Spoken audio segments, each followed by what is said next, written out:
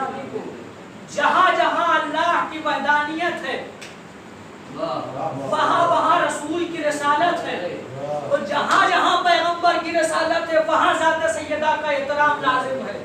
صلوات پڑھیں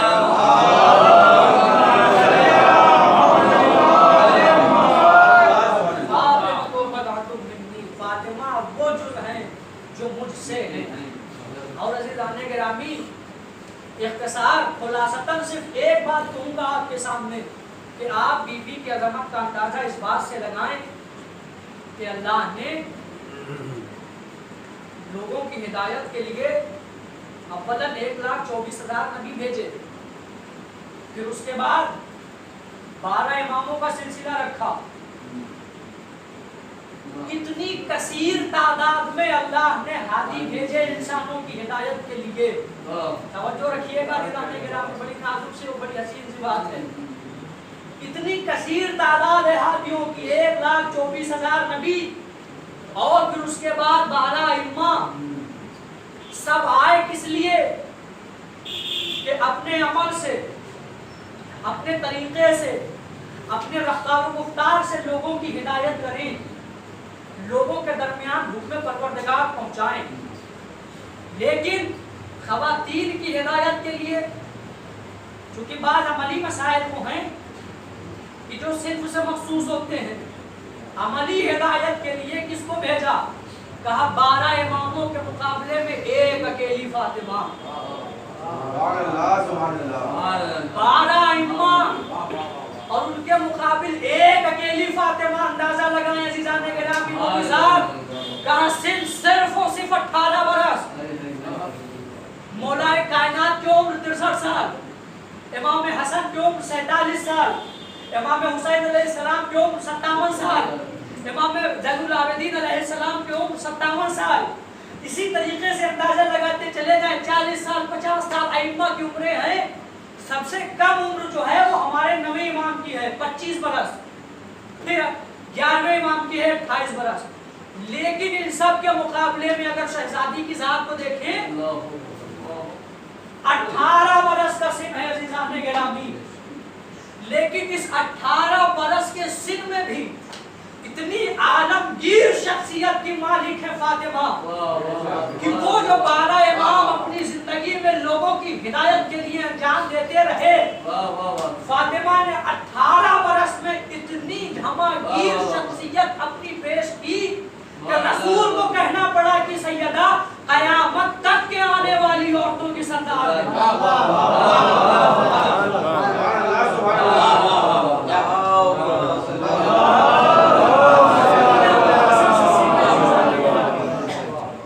زندگی کے ہر پہلو کو بی بی نے واضح کیا ہے۔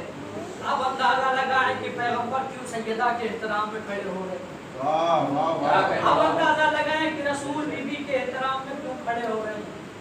ایسی ہادی ہے جناب سیدہ کہ جو 18 برس میں قیامت تک کے آنے والوں کے لیے نمونہ عمل قرار پا جائے۔ میں بھی ایک بات یہ کہہ رہا ہوں قیامت تک آنے والے خواتین کے لیے نہیں، عزیزان گرامی صرف خواتین کے لیے مخصوص نہیں ہے شہزادی کی ذات، ورنہ اگر صرف خواتین کے لیے مخصوص ہوتا تو ہمارے امام عصر یہ نہ فرماتے کہ لی فی ابنت رسول اللہ اسوۃ حسنہ، میرے لیے میری جدہ ماجدہ کی ذات نمونہ عمل ہے۔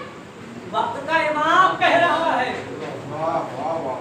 امام وقت کے فقرے ہیں کہ میرے لیے میری جدہ ماجدہ نمونہ عمل ہے، بہترین نمونہ عمل ہے۔ تو سیدہ صرف خواتین کے لیے نمونہ عمل نہیں ہے، بلکہ ہر اس صاحب ایمان کے لیے نمونہ عمل ہے کہ جو پروردگار عالم کی وحدانیت، پیغمبر اسلام کی رسالت اور مولا کائنات کی ولایت کا اقرار کرتا ہے۔ لیکن عزیزان گرامی مسائل کی انتہا میں دیکھیں، ظالموں نے نہ صرف یہ کہ زندگی میں ستایا، نہ صرف یہ کہ زندگی میں اذیتیں دی، بلکہ آج بھی آپ دیکھیں کہ تپتے سورج کے تمازت میں سیدہ کوئی صاحبان بیٹی کی قبر پہ نہیں پایا جا رہا، ہمارا بران مظلوم کربلا مختصر سے سن میں کسی پر اتنی اذیتیں آپ نے نہ دیکھی ہوں گی نہ سنی ہوں گی. کون سیدہ؟ کہا کہ وہ سیدہ کہ جن کے بابا کی وفات کے بعد، جن کے بابا کی رحلت کے بعد سیدہ کو چین سے اپنے بابا پر گریہ بھی نہیں کرنے دیا گیا. روایتیں یہ بتاتی ہیں کہ جب بی بی اپنے بابا کو یاد کر کے روتی تھی تو اہل مدینہ مولا کائنات کی خدمت میں شکایتیں لے کے آتے تھے. یا علی فاطمہ سے کہو کہ یا دن میں روئیں یا رات میں روئیں. لیکن عزادارو جب سیدہ نے رات میں گریہ کرنا شروع کیا تو آوازیں آئیں کہ ہماری نیند میں خلل پڑتا ہے. دن میں گریہ کرتی تھی تو کہنے والے کہتے تھے ہمارے کاموں میں خلل پڑتا ہے. ہاں عزادارو ایک درخت کے سائے میں بی بی جاتی اپنے بابا کا گریہ کرتی، لیکن ظالموں سے یہ بھی نہ برداشت ہوا، لوگوں نے وہ درخت بھی کاٹ دیا. مولا کائنات نے بی بی کے لیے بیت الحزن تعمیر کر دیا. لیکن ہائے مصیبت کی انتہا تو دیکھیے کہ وہ بیت الحزن بھی گرا دیا. لو عزاداران مظلوم کربلا وہ وقت بھی آتا ہے کہ آگ لکڑیاں لے کے لوگ بی بی کے دروازے پر جمع ہوتے ہیں. تاریخیں یہ لکھتی ہیں کہ سیدہ دروازے کے پاس ہے، آنے والے سے بی بی فرماتی ہے کیا تم اس گھر کو آگ لگاؤ گے جہاں رسول کے ننھے ننھے نواسے رہتے ہو؟ ظالموں نے کہا ہاں ہم اس گھر کو بھی جلا دیں گے. روزاداروں آگ لگا دی گئی. تاریخیں یہ لکھتی ہے کہ ظالم چند قدم پیچھے ہٹا، دوڑ کے جو ساری طاقت اپنی دروازے پر صرف کی تو بی بی در و دیوار کے درمیان ہے. ایک مرتبہ صدا بلند کی اسماء دوڑو میرا محسن شہید ہوا. روزاداران مظلوم کربلا تاعمر پہلو شکستہ رہی سیدہ. تاریخ یہ کہتی ہے کہ کبھی سیدہ کا ہاتھ صحیح سے نہیں اٹھا، لیکن کبھی امام سے بی بی نے یہ نہ بتایا کہ پہلو شکستہ ہے. روزاداران مظلوم کربلا وہ وقت بھی آیا کہ جب سیدہ نے وصیتیں کرنا شروع کی. رات کی تاریکی میں مجھے غسل و کفن دیا جائے، میرے جنازے میں ان کو نہ آنے دیا جائے جنہوں نے میرا حق چھینا ہے. عزاداروں جنازہ تیار ہوا، آخری رخصت ہو گئی. بچوں نے آخری دیدار کر لیا. علی تنہا ہے، بی بی کا جنازہ لے کے قبر کے پاس پہنچے. حسن و حسین اتنے چھوٹے ہیں کہ قبر میں کیسے اترے؟ اگر علی قبر میں اترے تو جنازہ کون اتارے؟ ایک مرتبہ قبر سے دو ہاتھ نمودار ہوئے، یا علی لاؤ میری امانت میرے سپرد کرو. عجب نہیں مولا نے کہا ہو یا رسول اللہ میں سمجھتا ہوں جب آپ نے یہ امانت دی تھی تو پہلو شکستہ نہیں تھا.